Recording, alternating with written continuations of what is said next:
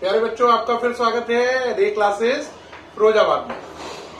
Chapter number जो third है आपका केमिस्ट्री में, classification of element and periodic properties, उसमें मुझे एक्सेप्शनल केसेस डिस्कस करना रह गया था। एक्सेप्शनल केसेस होते हैं, आयोनाइजेशन एनर्जी में भी होते हैं, इलेक्ट्रॉन एफिनिटी के भी आपके कोर्स में है ना, एटॉमिक रेडियस के भी आपके कोर्स में है एक्सेप्शनल केसेस। तो हम एक एक करके सबको डिस्कस करेंगे। पहले इस वीडियो में हम डिस्कस कर रहे हैं exceptional case of ionisation energies. आपको आयोनाइजेशन एनर्जीज में एक्सेप्शनल केस जो है उनके यहां पर हम लोग डिस्कस करने वाले हैं।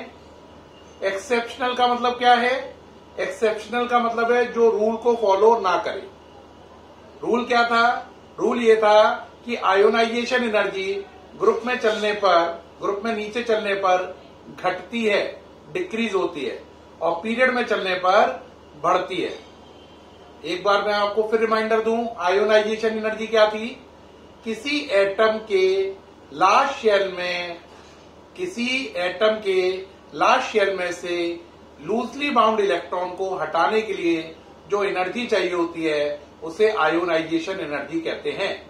और वो एटम अपनी गैसियस स्टेट में होना चाहिए और आइसोलेटेड होना चाहिए, यानी उसने इलेक्ट्रॉन निकालते समय किसी और चीज से बॉन्ड नहीं बनाना चाहिए, उसे वो फ्री कंडीशन में होना चाहिए। आइसोलेटेड का मतलब फ्री कंडीशन में। अब आयोनाइजेशन एनर्जी मैंने अभी बताया, ग्रुप में चलने पर घटती है, पीरियड में चलने पर बढ़ती है। अब इसके एक्सेप्शनल केसेस देखें। अब आपको ये नजर आ रहा है, जहां जहां मैंने ब्रैकेट बनाया वो एक्सेप्शन है। तो हम डिस्कस करेंगे exception 1 BE and B, exception 2 MG and L, exception 3 N and O, exception 4 P and S, exception 5 L and GA. कितने एक्सेप्शन है? 5। चेक करो, BE B, MG L, N O, P S, L GA. कितने exception case है? 5 है ना। पांचों के हमें आंसर समझने हैं, एक्सेप्शन क्यों हुए, इसकी व्याख्या भी करनी है, एक्सप्लेनेशन भी देना है कि एक्सेप्शन कॉज हो क्यों रहा है। तो देखें, पहला बी और बी का रिलेशन किसका है? पीरियड का। 1 by 1 कर रहे हैं। बीई एंड बी, इनका रिलेशन किसका है? पीरियड का। तो पीरियड के अकॉर्डिंग बीई से ज्यादा किसकी होनी चाहिए? बी की। क्या? Ionisation energy. तो ज्यादा होनी चाहिए बी की, किससे? बीई से। क्या? Ionisation energy. ये होना चाहिए, है ना, ये होना चाहिए, यानी कि एक्सपेक्टेड है। EXP का मतलब एक्सपेक्टेड है। लेकिन ओरिजिनल में क्या होता है? बी की ज्यादा होती है बी से, आयोनाइजेशन एनर्जी। ये रियल है। अब बात आई, जो हमने सोचा था उससे असली आंसर बिल्कुल उल्टा है। इसके पीछे वजह क्या है, लॉजिक क्या है? लॉजिक क्या है वो समझे। जो आपका बीई है, क्या चीज है बोलो? बीई, उसका नंबर है 4, 1s2 2s2, ठीक। बी का नंबर है 5। बी का नंबर कितना है? 5। 5 को करो, 1s2 2s2 2p1। 2s2 में s के अंदर 2 इलेक्ट्रॉन है, 2s के अंदर, है ना, और 2p1 में p के अंदर 1 इलेक्ट्रॉन है। 2p1 है ये, और ये किसका डायग्राम है? 2s2 का। साफ नजर आ रहा है, 2s2 लिखने पर जो 2s सबशेल है वो पूरी भरी हुई है, और 2p1 लिखने पर ना ये आधी भरी है ना ये पूरी भरी है। मैंने हमेशा आपको बताया है कि आधी भरी और पूरी भरी सबशेल अच्छी होती हैं, स्टेबल होती हैं, और जो ना आधी भरी होती है ना पूरी भरी होती है वो स्टेबल नहीं होती है ना। तो इसका मतलब है इसमें 2s पूरी भरी है, इसमें 2p ना आधी भरी है ना पूरी भरी है। तो ये कॉन्फ़िगरेशन स्टेबल है और ये कॉन्फ़िगरेशन स्टेबल नहीं है। और हमें मालूम है, अगर कोई चीज ज्यादा स्टेबल है तो उसमें से इलेक्ट्रॉन निकालना मुश्किल काम होगा। इसीलिए बी में से इलेक्ट्रॉन निकालना मुश्किल होगा, क्योंकि स्टेबल कॉन्फ़िगरेशन है। 2s सबशेल पूरी भरी है। बी में से इलेक्ट्रॉन निकालना आसान होगा क्योंकि अनस्टेबल कॉन्फ़िगरेशन 2p1 है और 2p सबशेल ना आधी भरी है ना पूरी भरी है। तो ये है वजह एक्सेप्शन की, है ना। अगर ये एक्सेप्शन नहीं होता तो नियम अनुसार ज्यादा वैल्यू होती बी की, लेकिन हाफ फिल्ड फुल फिल्ड की वजह से ज्यादा वैल्यू बी की ना होकर बी ई की होती है और एक्सेप्शन कॉज होता है। ध्यान दें, असली में होना चाहिए था B is greater than B, ये एक्सपेक्टेड था, लेकिन रियल क्या हुआ, B is greater than B. और वजह है हाफ फिल्ड और इनकम्प्लीट का चक्कर। जो वजह बी और बी में, वही सेम वजह एमजी और एएल में। अब देखें एमजी और एएल का केस नंबर 2। एक एक करके पांचों केस डिस्कस करेंगे 1 by 1, है ना। पांचों केस डिस्कस करेंगे 1 by 1। दूसरा केस किसका है बेटो, केस सेकंड किसका है, केस फर्स्ट हो गया, सेकंड केस सेकंड किसका है बोलो, केस सेकंड है आपका एमजी एंड एएल। अब एमजी का नंबर कितना है 12, 1s2 2s2 2p6 3s2 12 number है। एएल का कितना है 13, 1s2 2s2 2p6 3s2 3p1, है ना।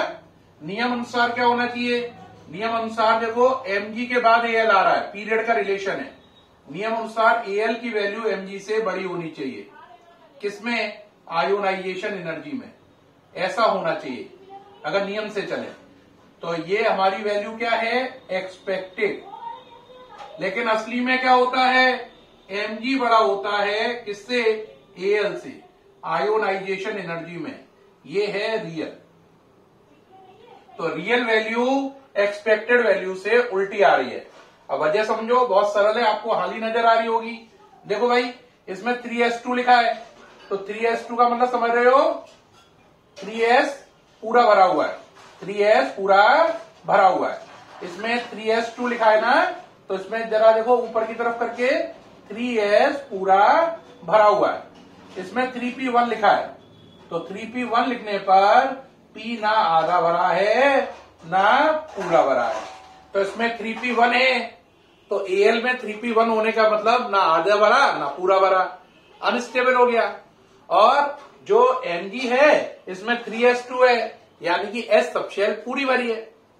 तो नियम से तो एएल की वैल्यू ज्यादा होनी चाहिए एमजी से, लेकिन एमजी पर स्टेबल कॉन्फ़िगरेशन है 3s2 और एएल पर अनस्टेबल कॉन्फ़िगरेशन है 3p1। उसकी वजह से ये एक्सेप्शन क्रिएट हो जाता है। ठीक है, तो आपको बीई बी का एक्सेप्शन क्लियर हुआ, एमजी एएल का एक्सेप्शन क्लियर हुआ। अब हम डिस्कस करेंगे NOPS ALGA। अब केस नंबर 3, ये शुरू करें अगला केस नंबर 3, ये देख लिया अच्छे से। तो केस नंबर 3 ये मिटा दिया, केस नंबर 3 पे चलें। केस नंबर 3 में अगर आप ध्यान से देखें तो केस नंबर, अभी इसको सेकंड से बदलकर क्या कर दिया, थर्ड केस है NO का, N एंड O। NO का रिलेशन किसका है, पीरियड का। किसका रिलेशन है, पीरियड का, है या नहीं, हाँ। तो आंसर होना चाहिए O की वैल्यू N से ज्यादा आयोनाइजेशन एनर्जी में।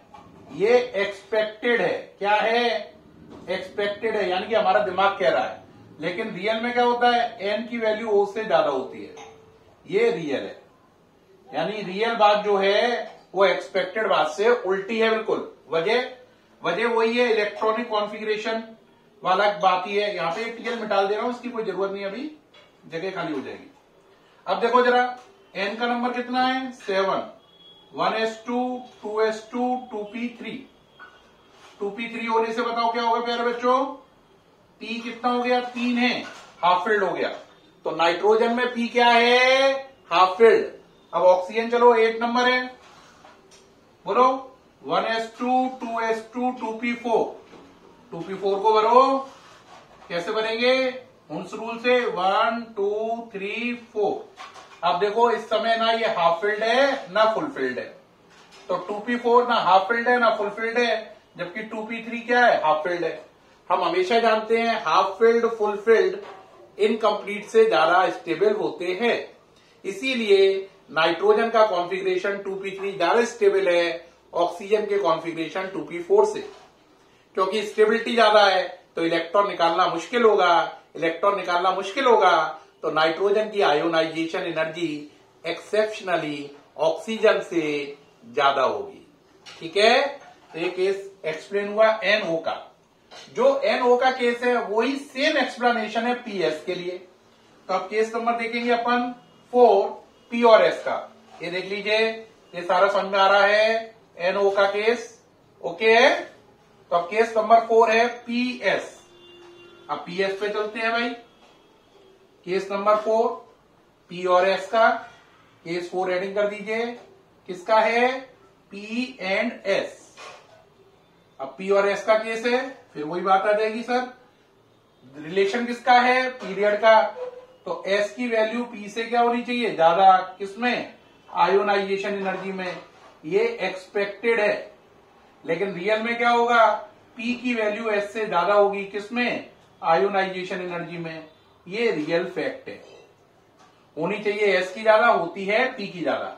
अब वजह आ गई, वजह P का number 15, 1s2 2s2 2p3 1s2 2s2 2p6 3s2 3p3 3p3 है, देख रहे हैं। तो P क्या हो गई, हाफ फिल्ड, 3p3 P क्या हो गई, हाफ फिल्ड। अब बात करते हैं S की। S का नंबर है 16 नंबर है किसका, S का। सल्फर 16 होता है, मालूम है ना।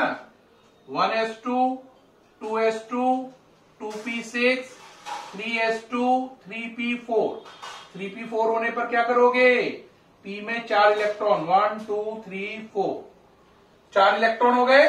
इसमें P क्या है, हाफ फिल्ड P में, और S में P क्या है, 3p4, ना हाफ फिल्ड ना फुल फिल्ड। तो हमें मालूम है कौन अच्छा है, हाफ फिल्ड। तो हमारा आंसर है P और S में P की आयोनाइजेशन एनर्जी S से ज्यादा होती है एक्सेप्शनली। वजह है P के अंदर, फास्फोरस के अंदर कॉन्फ़िगरेशन है 3p3 जो कि हाफ फिल्ड है, और सल्फर के अंदर कॉन्फ़िगरेशन है 3p4 जो कि ना हाफ फिल्ड है ना फुल फिल्ड है। और हमें मालूम है half filled full field configuration ज्यादा स्टेबल होते हैं, उनमें से इलेक्ट्रॉन निकालना मुश्किल होता है, इसलिए उनकी आयनाइजेशन एनर्जी ज्यादा होती है। तो ये एक्सेप्शन नंबर 4 हो गया। मैंने आपको 4 करा दिए, BeB, MgAl, NO, PS। अब लास्ट बचा AlGa। तो लास्ट एक्सेप्शन देखें AlGa का, ये देख लिया पूरा। अब लास्ट देखें AlGa, ये देख लिया ना, देखें आप AlGa, देखें आप AlGa के एक्सेप्शनल केस नंबर है 5। तो ये केस नंबर 5 को डिस्कस कर रहे हैं अपन। केस 5 किसका है, Al and Ga, aluminium and gallium. बेटा एल्यूमिनियम और गैलियम में इलेक्ट्रॉनिक कॉन्फ़िगरेशन से सारी बात नहीं समझाई जाएगी, याद रखना। Al और Ga में एक्सेप्शन की वजह है स्क्रीनिंग इफेक्ट। क्या वजह है, स्क्रीनिंग इफेक्ट। देखो ध्यान देना, अगर AlGa को समझो, देखो B जो होता है, B से बड़ा साइज होता है Al का, Al से बड़ा किसका होना चाहिए, Ga का, क्योंकि ग्रुप में चलने पर साइज लगातार बढ़ता है। लेकिन Ga का साइज जो होता है वो Al से बड़ा होने की जगह उल्टा छोटा हो जाता है। किसका साइज, Ga का साइज वैसे क्या होना चाहिए, B से Al बड़ा, Al से Ga बड़ा, Ga से In बड़ा, In से Tl बड़ा। लेकिन Al और Ga में साइज का एक्सेप्शन होता है, Ga का साइज Al से बड़ा होने के स्थान पर छोटा होता है।